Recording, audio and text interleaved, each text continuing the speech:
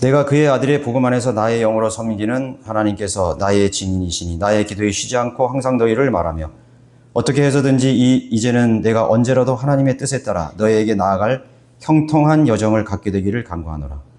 내가 너희를 보고 싶어하는 것은 내가 어떤 영적 은사를 너희에게 나누어 주어 너희를 굳게 세우게 하려 함이니 이는 곧 내가 너희와 함께 있어 너희와 나의 믿음으로 인하여 서로 위로를 받으려 함이라. 형제들아, 이제 나는 너희가 모르는 것을 원치 아니하노니 내가 다른 이방인들 가운데서와 마찬가지로 너희 가운데서도 다소 열매를 거둘까 하여 여러 번 너희에게 가려고 시도하였으나 지금까지 방해를 받았느니라. 오늘 말씀의 제목은 마지막 시대의 영적 위기라는 제목으로 말씀을 드리겠습니다. 다시 기도드리겠습니다. 거룩하신 아버지 하나님, 주님께서 오늘 이 자리에 함께하고 계십니다. 아버지 하나님께서 각 사람의 성정을 다 알고 계시고 또 우리가 얼마만큼 하나님을 사랑하고 또 하나님을 신뢰하려고 하는지를 주님은 너무나 잘 알고 계십니다. 저희들은 아무것도 주님 앞에 숨길 것이 없습니다. 우리의 마음을 또 하나님 앞에 보여드리기를 원합니다. 우리가 영으로 진리로 경배드리는 이 시간을 하나님 축복해 주시고 또 이 말씀에 하나님 기름 부어 주시고 한 가지를 듣고 더 많은 것, 더 풍성한 것을 깨우쳐 이해할 수 있는 명철과 지혜를 허락해 주십시오. 감사드리며 주 예수 그리스도 이름으로 기도드렸습니다. 아멘. 여러분은 언제 또 어떤 상황에서 더욱 많이 기도하십니까? 대부분이 어려운 일이 이렇게 닥치거나 아니면 불가능하게 여겨지는 상황을 만났을 때 나는 더 많이 하나님 앞에 간절히 기도하고 있다고 그렇게 말할 것입니다. 또 그렇게 하고 있죠. 또 아니면은 여러분 아플 때 절실합니다. 내가 아플 때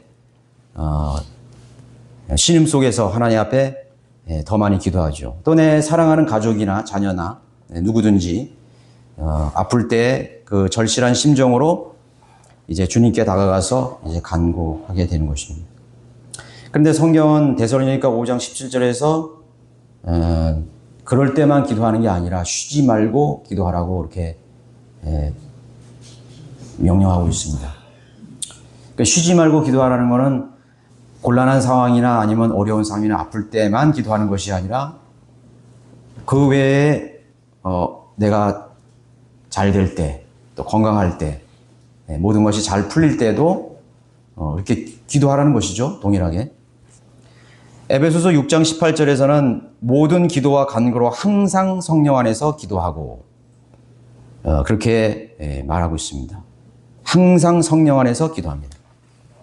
그래서 모든 인내와 간구로 깨어 있으라 이렇게 주문하고 있습니다. 사도행전 6장 4절에서는 계속해서 기도한다고 했습니다. 계속해서요. 데살로니가 전서 3장 10절에서는 우리가 밤낮으로 열심히 기도한다. 밤낮으로. 기도의 본을 가장 잘 보여주신 분은 우리 주님이시죠? 예, 주님이십니다. 그가 육체로 계실 동안에 심한 통곡과 눈물로 하나님 앞에 늘 항상 이렇게 기도하셨던 모습을 성경에서 우리가 볼 수 있습니다. 사도시대, 또 사도 바울 시대와 또 1세기의 그 초대교회 시대의 그리스도인들, 그렇게 그들의 삶이 그랬습니다.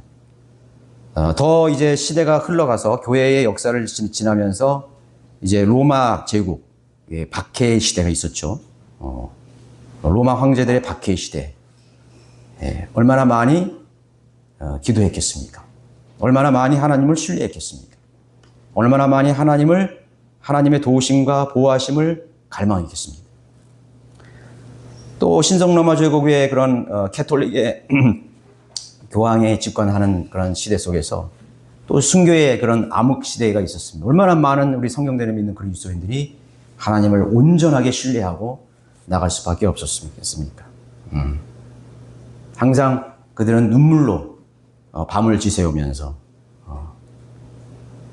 자신들을 위해서, 사랑하는 그리스도인들을 위해서, 교회를 위해서, 자신의 사역을 위해서 끊임없이 그렇게 하나님을 신뢰하고 바라봤을 것입니다. 종교개혁 시대에 얼마나 많은 종교개혁자들이 하나님께 기도했을까요? 17세기에서 19세기 초 그런 시대까지의 그런 교회들, 그들의 모습을 우리가 한번 더듬어서 상상해 봅니다. 그 당시에 그리스도인과 우리가 비교했을 때 20세기, 21세기 이 시대의 상황과는 크게 달라졌습니다. 모든 것이 문명화되어서 편리해지고 모든 것이 쉬워진 시대가 되면서 하나님의 도우심을 신뢰해야 하는 상황이나 일이 급격히 감소할 수밖에 없는 시대에 지금 살아가고 있는 것입니다. 그래서 우리는 하나님을 신뢰하거나 기도하는 삶을 살 수가 없는 것입니다. 조선시대의 이 한양, 서울에서 한 지명을 우리가 짚어서 강릉까지 걸어서 가는데 걸린 시간이 여러분 얼마나 된다고 생각하십니까? 됐을 거라고 생각합니다. 한양에서 강릉까지 조선시대에 대부분 걸어서 갔겠죠? 여기 기록이 있는데요. 한양에서 출발해서 강릉까지 가는데 우선 한양을 출발하겠죠. 동대문이나 이런 데서 독립문에서 출발을 해서 어디로 가냐면 양평에 코스가 있었답니다.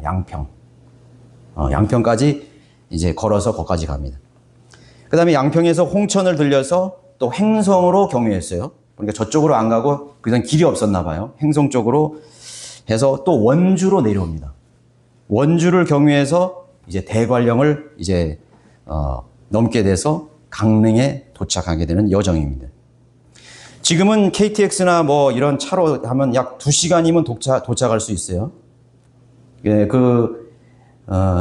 가는 여정도 우리가 조선시대에 걸어갔다고 생각했을 때 얼마나 많은 그런 위험들이 있었겠습니까? 강을 건너고, 숲을 건너고, 맹수들, 또는 그 다음에 산적, 도적대들, 그 다음에 굶주림, 그 다음에 천재지변.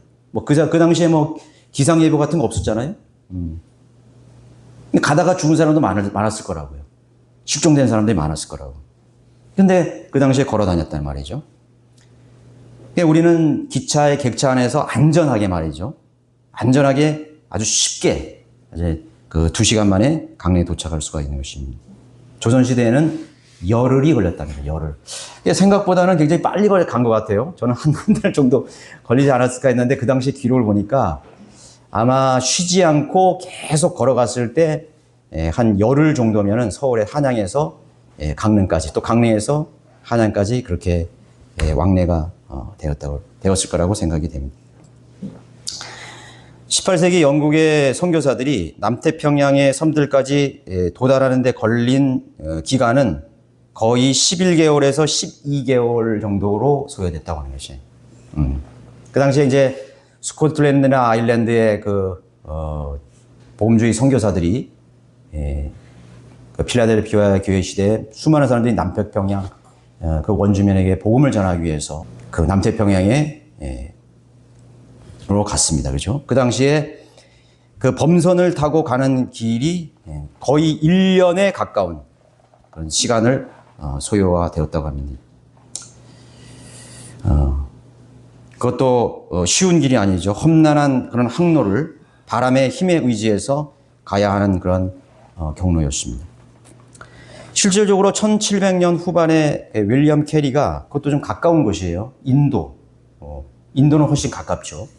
영국에서 남태평양 가는 것보다 훨씬 가깝습니다. 윌리엄 캐리가 인도에 도착하기 위한 여정을 자신의 그런 일기에 기록을 한 기록이 있습니다.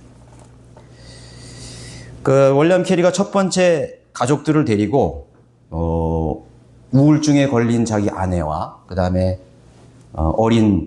아직 10살도 안 된 어린아이들 3명과 또 그 자매, 그 부인의 임신한 상태로 크론 프린세다 마리아호라는 범선을 이용했습니다. 상선이었죠. 그 경로를 여기에 이제 자서전에 이렇게 기록하고 있는데 우선 영국 런던항에서 출발해서요. 아프리카, 여러분 세계 지도를 한번 이렇게 상상해 보세요. 아시는 분은. 아프리카 북서해안으로 따라서 내려옵니다. 쭉 따라 내려와요. 일단은 쭉 내려와서 남아프리카 케이프타운에서 꺾는 게 아니에요. 거기서 인도양으로 바로 가면은 인도양으로 들어가는데 인도양에 들어갈 수가 없어. 왜냐하면 바람이 불어주지 않기 때문에. 그래서 그 아프리카 최남단 쪽으로 내려와서 북서 무영풍을 타고 다시 대서양을 건너요. 반대 방향으로 건너 저 남미 대륙으로 갑니다. 남미의 트리니다드 섬에 도착합니다. 거기를 경유해서 다시 브라질의 리오 데자니에로 그쪽으로 항해를 해서 남쪽 무역풍을 타고 다시 남대서양을 또 건넙니다. 반대 방향으로 간 거죠. 그 대서양을 한번 건너는 거예요. 바람이 글로 부기 때문에. 그래서 거기서 경유해서 다시 남대서양을 지나서 다시 트리스탄 다큐나 제도로라고 하는 작은 섬을 통과해서 다시 남아프리카의 희망봉까지 옵니다. 그리고 거기서 인도양으로 비로소 이렇게 들어가는 것입니다. 그래서 다시 남동 무역풍을 타고 적도까지 올라갑니다. 그 다음에 인도양으로 바로 가서 인도 벵골만으로 들어가지 않고 저기 인도네시아까지 또 그쪽으로 바람을 맞고 그쪽으로 흘러갑니다. 그러니까 인도네시아에서 도착하면 그것에서 바람이 북서 몬순 바람이 불 때까지 기다려야 돼요. 거기서 기다렸다가 벵골만 쪽으로 부는 바람을 타고 이제 비웃고 그 인도양의 동쪽 그 해안이는 벵골만으로 진입하게 되는 것입니다. 그리고 그 벵골만에 들어갔다고 해서 바로 들어가는 것이 아니에요. 이제 거기서는 지그자기로 배를 운행해야 돼요. 항해를 해야 돼요. 왜냐하면 맞바람이 불기 때문에. 그렇지 않고 그 맞바람을 타지 않고 순풍을 타기 위해서는 6개월을 정박을 해야 됩니다. 어떤 섬에서 정박해야 돼요. 그러나 윌리엄 캐리가 타고 있던 그 선장은 빨리 도착하기 위해서 이제 지그재그로 그 벵골만에 콜커타까지 항해를 시작하게 된 것입니다. 그래서 최단 거리가 영국 런던에서 인도 콜커타까지 관련된 시간이 프린세스 마리오가 윌리엄 캐리를 싣고 갔던 그런 기간이 5개월. 원래는 한 6개월 정도 걸리는데 5개월 만에 그 항해를 완성하게 되는 것입니다. 어떤 경우는 1년까지 기다려야 되는 경우도 있다고 그래요. 그러면 지금은 이제 항공기가 생겼잖아요. 런던에서 이제 콜카타까지 직항으로 간다면은 10시간이면 도착할 수 있는 거예요. 짧은 거리는 아니지만 10시간. 그러나 10시간하고 5개월이나 6개월을 비교해 보세요. 하루도 안 걸리죠? 굉장히 빨라졌습니다. 그죠? 교통이 굉장히 쉽고 빨라졌습니다. 또 한 번 경유한다 해도 보통 13시간에서 15시간이면 충분하게 안전하게 도착할 수 있는 그런 경유였습니다.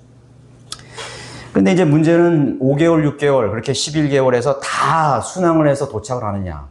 아니래요. 거의 3분의 1은 파선해서 다 수장된답니다. 그 당시에는 완전하게 전적으로 바람을 이용한 범선이었잖아요. 그죠? 그 나무로 만든 범선이었잖아요. 태풍이나 폭풍이 불 때 도시 다 꺾어지고, 전복되고, 그냥 유리하다가 파손되는 경우가 대부분이었다고 그러죠. 그렇게 험난한 여정을 복음을 전하기 위해서 인도 캘커타까지 가는 그 배에서의 생활을 그 자서전에 일기에 기록하고 있습니다. 수개월 동안 윌리엄 캐리는 얼마나 많이 기도했는지를 거기서 나타내고 있습니다.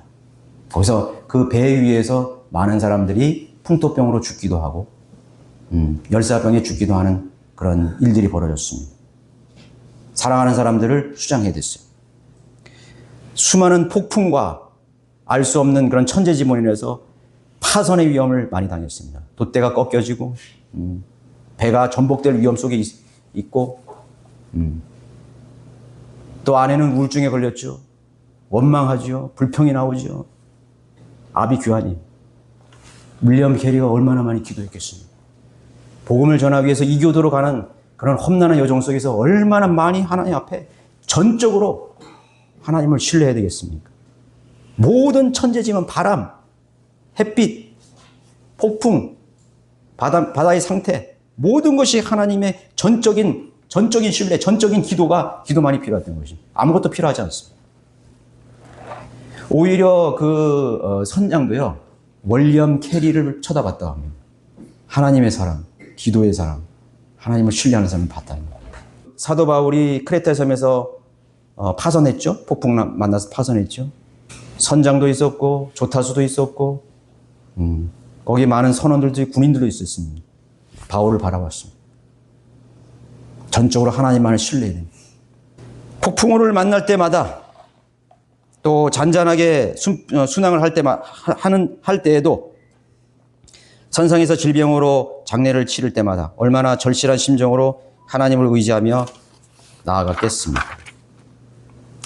사도 바울의 시대는 더욱 어려운 난관과 장벽들이 기다릴 것입니다.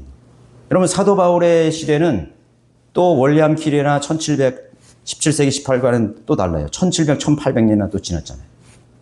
그러면 사도 바울의 시대는 사도 바울이 여러분 수련에서 배웠죠. 3차 세계여행입니다. 3차 선교여행. 그 다음에 로마행이 4차 로마행이 있었어요. 길이 제대로 있었겠어요? 항로가 제대로 있었겠습니까? 교통수단이 제대로 되어 있었겠습니까? 수많은 난관과 장벽들이 기다리고 있었을 것입니다. 거기에다가 또 사람들의 방해가 있죠. 핍박하는 사람들이 있죠. 박해자들이 있죠. 지리적 난관이 있죠. 교통수단의 열악함까지 이루 헤아릴 수 없는 그런 장애물들을 극복해야만 나아갈 수 있는 그런 과정들이었습니다. 한 가지도 쉬운 게 없어요. 그래서 10절에 이렇게 바울은 말하고 있습니다. 어떻게 해서든지 이제는 내가 언제라도 너에게 나갈 형통한 여정을 갖게 되기를 강구하느라. 이렇게 간단하게 써 있는데 우리는 그것을 간과해 버릴 수가 있어요. 너에게 나아갈 형통한 여정을 가질 수 있도록 간구한다 이거죠. 기도한다 이거죠. 그러니까 그 사람들을 접촉하고 그 사람들을 만나고 그 사람들을 보기 위한, 그곳에 도달하기 위한 그런 모든 과정들이 순탄하지 않았다는 것입니다. 하나님께서 허락하시지 않고 하나님께서 온전하게 인도해 주시면 절대로 불가능한 상황. 그것이 하나님의 사역이었습니다. 그것이 주님을 섬기는 헌신이었고 일이었습니다. 자신의 생명을 온전히 거기에 쏟아부을 수밖에 없는 그런 모든 그런 여정이었습니다. 얼마나 하나님을 신뢰하고 의지하면 될까요? 얼마나 많이 기도해야 될까요? 그래서 밤낮 계속해서 쉬지 않고 기도한다는 말은 너무나 자연스러운 일입니다. 너무나 당연한 일이에요. 특별한 일이 아닙니다. 그래서 모든 그리스도인들이 하나님을 섬기는 그 시대의 모든 그리스도인들이 하나님을 신뢰하고 하나님을 온전히 바라보고 하나님 앞에 온전한 마음으로 절실한 마음으로 기도할 수밖에 없는 그런 모든 상황과 여건 속에 직면해 있었다는 사실입니다. 13절에서는 여러 번 방해가 있었다고 기록하고 있습니다. 여러 번 방해가 있었다. 다소 열매를 거둘까요? 여러 번 너에게 가려고 시도했으나 지금까지 방해를 받으니야. 그렇죠. 얼마나 많은 방해가 있었겠습니까? 얼마나 많은 방해. 지금은 예약하면은 비행기 타고 배 타고 기차 타고 얼마든지 갈 수 있어요. 방해가 없어요. 방해 있습니까? 여러분 복음을 전하러 갈 때 방해가 있습니까? 여러분 순회 선교 갈 때 방해가 있습니까? 언제든지 갈 수 있어요. 언제든지 하나님 섬길 수 있어요. 너무 쉬워요. 너무 편리해요. 너무 간단해요. 그래서 기도하지 않습니다. 그것이 당연하고 쉽고 빠르고 편리하기 때문에 막히는 게 없기 때문에 기도하지 않습니다. 하나님을 신뢰하지 않습니다. 그것이 다른 것입니다.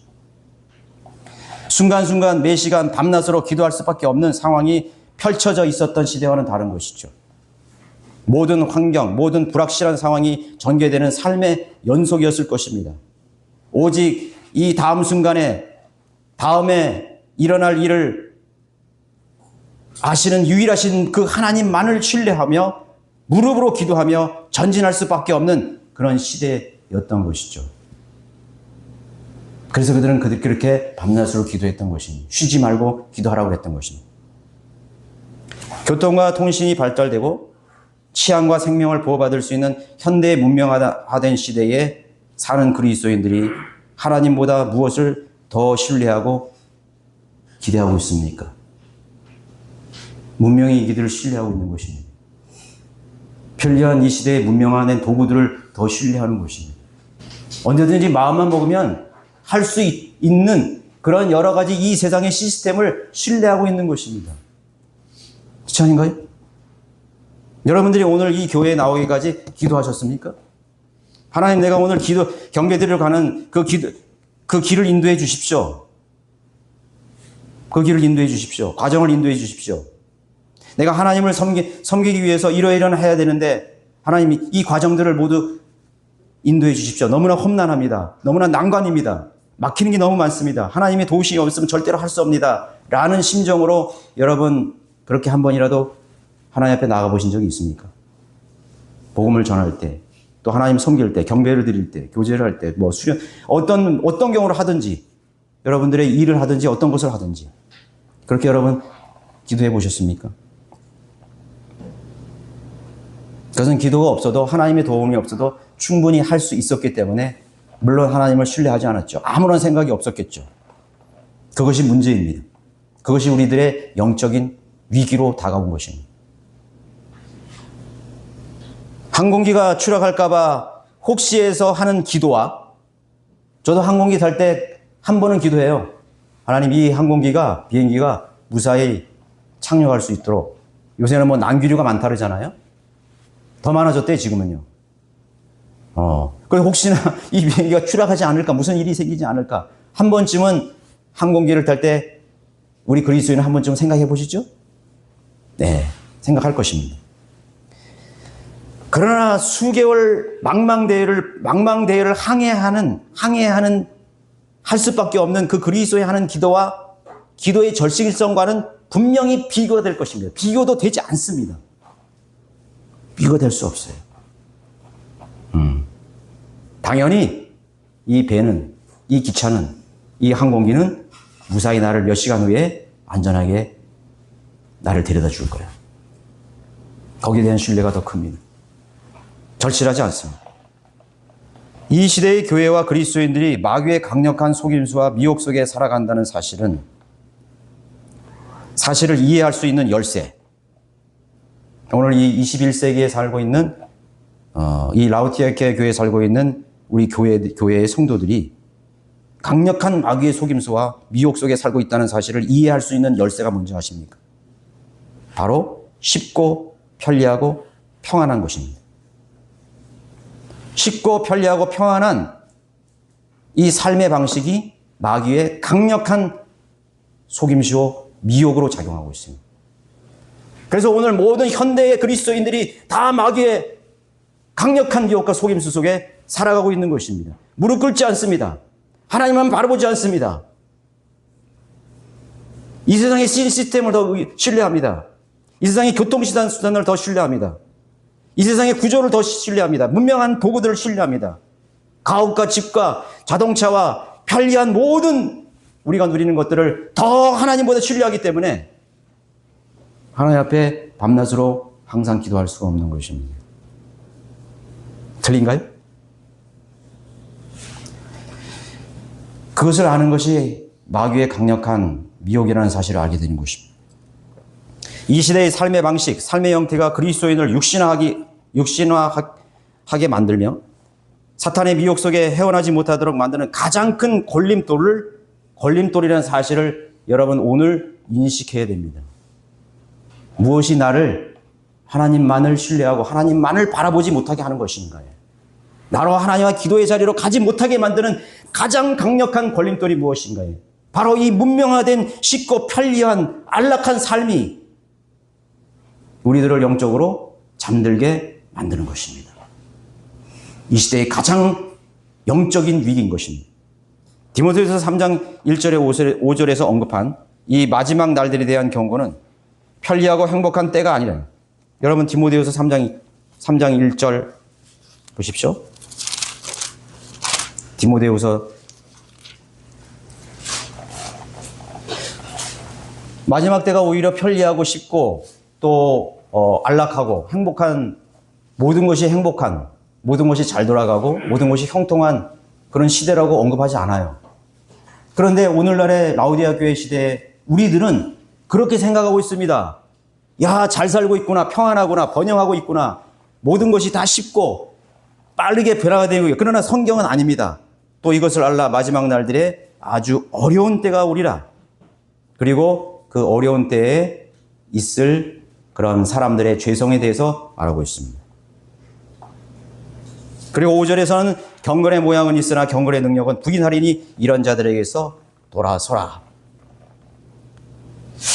우리가 어쩌면은 이 3장 2절에서 2절, 3절, 4절에서 언급한 것은 우리가 아니라고 칠 수도 있습니다. 우리는 이제 거듭났고, 이제는 우리가 그리스도의 성품으로 살아간다고 말하고 있습니다. 그러나 5절에 가서 경건의 모양은 있으나 경건의 능력을 부인하리니 이런 자들에게서 돌아서라고 말하고 있죠. 아주 어려운 때라고 단정하고 있죠. 경건의 모양은 있으나 경건의 능력이 사라진 시대. 예배라는 경건이 있습니다. 모양은 있죠. 예배의 의식도 있습니다.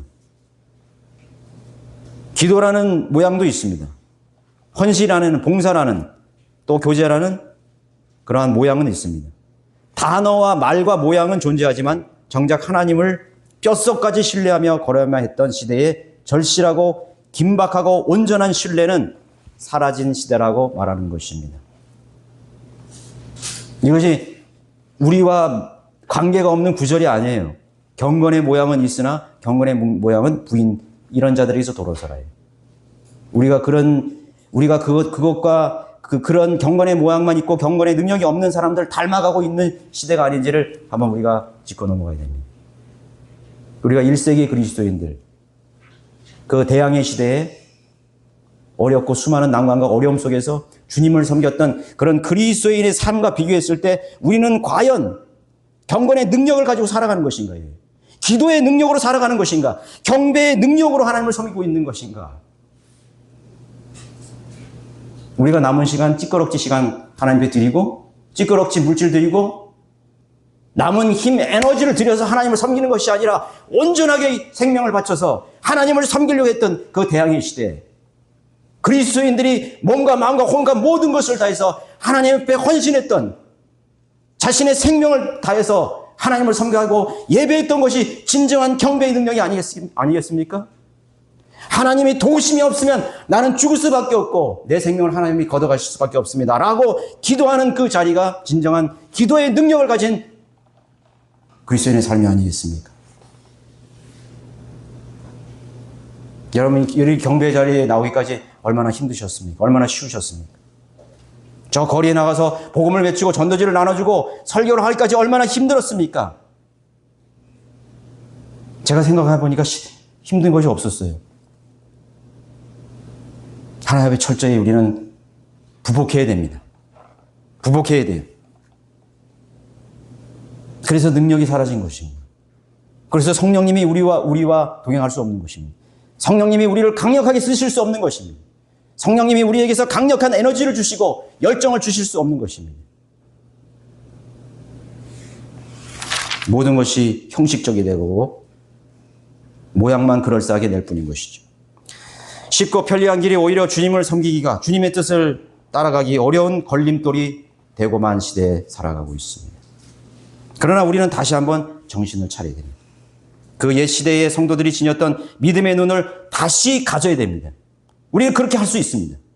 그것은 이제부터 우리만은, 다른 사람은 우리가 거두절미하고라도 우리만은 어떤 쉽고 단순하고 편리한 길이나 과정, 상황이라 할지라도 믿음의 진실을 아는, 그 현실을 아는, 영적 세계를 아는 우리만은 더 이상 그 문제와 그 과정과 그 상황과 그 일을 쉽게 생각하지 말라는 것입니다. 이 문명화된 시대에 모든 것이 단축되고 짧아지고 편리해지고 쉬워졌다고 모든 사람들이 그렇게 생각할 때 여러분들만은 그렇게 생각하지 마시기 바랍니다. 오늘부터. 오늘 이 예배를 내가 드리기 위해서 그 과거에 드렸던 그 사람들의 기도만큼 우리는 기도해야 됩니다. 그러면 여러분들의 이 경배는 달라질 거예요. 여러분의 헌신은 달라질 것입니다. 여러분의 복음 전파는 달라질 것입니다. 해외 선교도 달라질 것입니다. 그 시대에 살던 그리스도만큼 우리는 기도해야 됩니다. 달라진 건 없어요. 그것은 이 현실이 우리를 속이는 것입니다. 이 문명화된 편리함과 단순함과 쉬운 이 시스템이 그리스도인들을 영적으로 도태하게 만들고 잠에 빠지게 만드는 그런 상황이 되었습니다. 그러나 우리는 그렇게 보지 말아야 됩니다. 우리는 그들과 이 성경에서 말씀하는 그대로 이 1세기, 2세기, 17세기, 18세기까지 그들이 하나님 앞에 하나님을 신뢰하고 의지하고 기도했던 그대로의 모양을 우리가 가지고 그대로의 모습을 가지고 하나님 앞에 나가야 되는 것입니다. 여러분 이해하시기 바랍니다.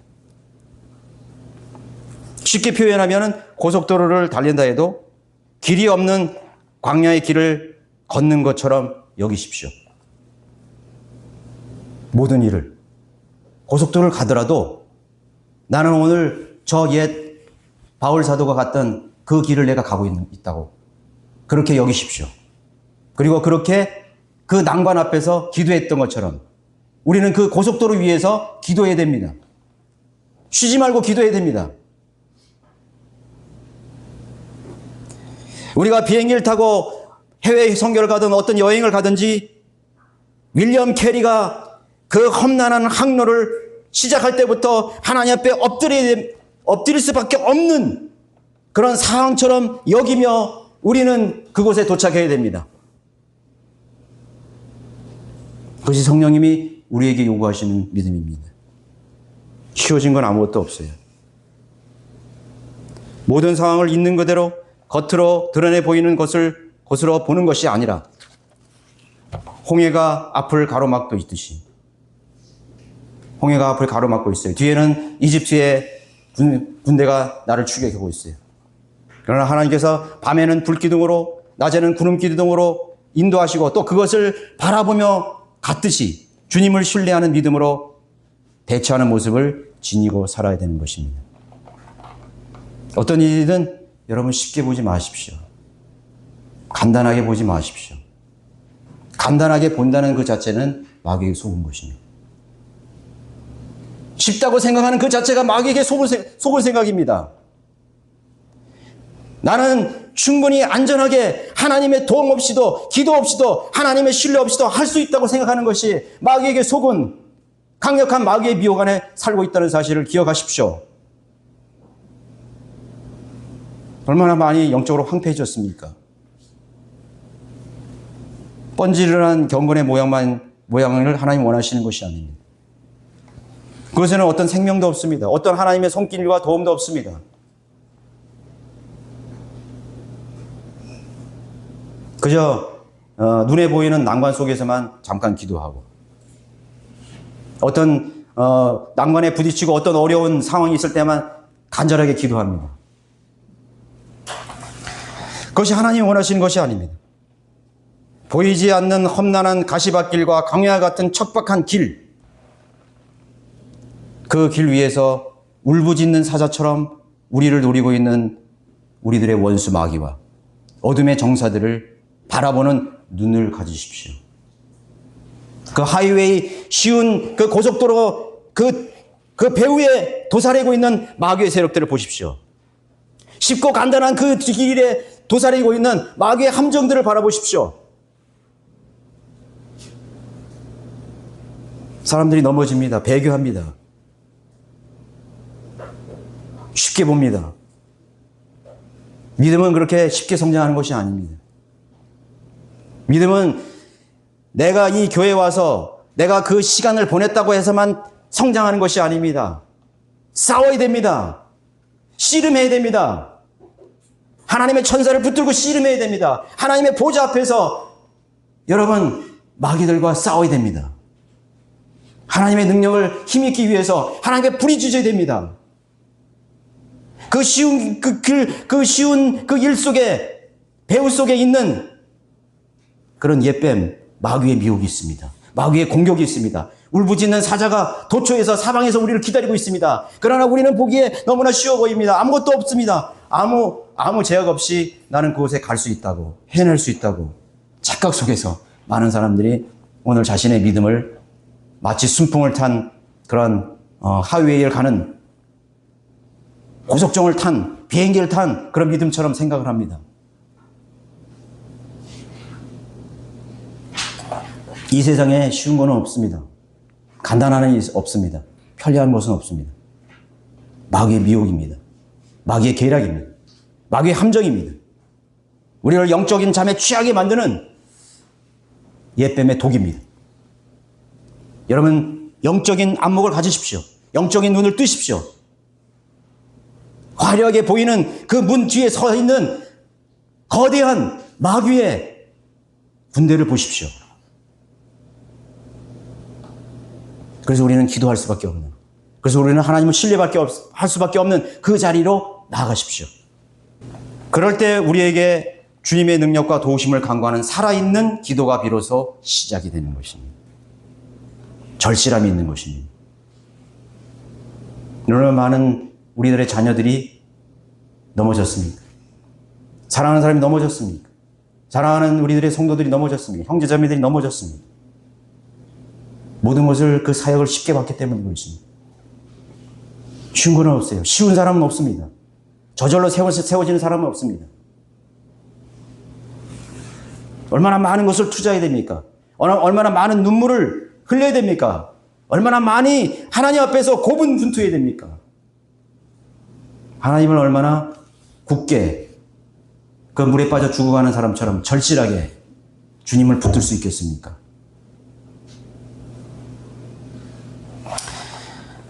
사방으로 우겨싼 장벽들과 난관만이 인간의 아니한 믿음의 본성을 일깨울 수가 있는 것입니다.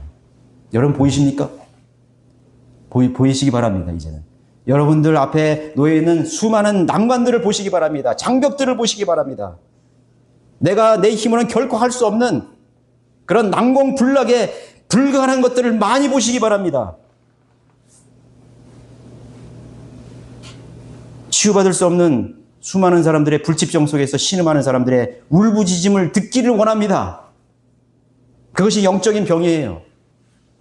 암에 걸린 사람만 해서 절실하게 기도하는 것이 아닙니다. 하나님 살려주세요. 내 자식 좀 살려주세요. 다 아무것도 필요 없습니다. 나를 중환자실에서 내보내게 해주십시오. 사업도 필요 없고 돈도 필요 없고 성공도 필요 없습니다. 나 중환자실에서 제발 나가게 해주십시오. 그 절실함을 가지고 여러분 자신과 여러분의 이웃과 여러분들의 남편과 아내를 위해서 우십시오. 잘 나간다고요? 잘 나가는 게 아니에요. 건강하다고요? 건강한 게 아니에요. 성공하고 있다고요? 성공한 게 아닙니다. 실패입니다. 황폐함입니다. 병들었습니다. 몰락으로 가고 있습니다. 무가치함 속에 살고 있습니다. 왜 그것을 보지 못하는 것입니까? 내 남편이 무가치함 속에서 인생을 낭비하고 있습니다. 여러분들의 자녀들이 무가치한 것에 정열을 바치고 있습니다. 시간을 낭비하고 있습니다. 그것이 절실함 아닌가요? 그게 그리스도인의 마음을 가진 사람의 기도가 아닌가요? 오늘 이 회중들의 황폐함을 보지 못합니다. 설교자들이 이 회중들의 황폐함을 보지 못합니다. 메마름을 보지 못합니다. 다 자화자찬입니다. 여러분 성령대로 믿는 사람들 훌륭합니다. 여러분 같은 믿음이 없습니다. 천만의 말씀이요. 나를 좀 보십시오. 내가 무슨 잘난 믿음이 있습니까? 이율배반적인 시대에 살고 있습니다. 교리와 책망이라 했는데 책망이 사라진 설교단이 있습니다. 황폐해졌습니다.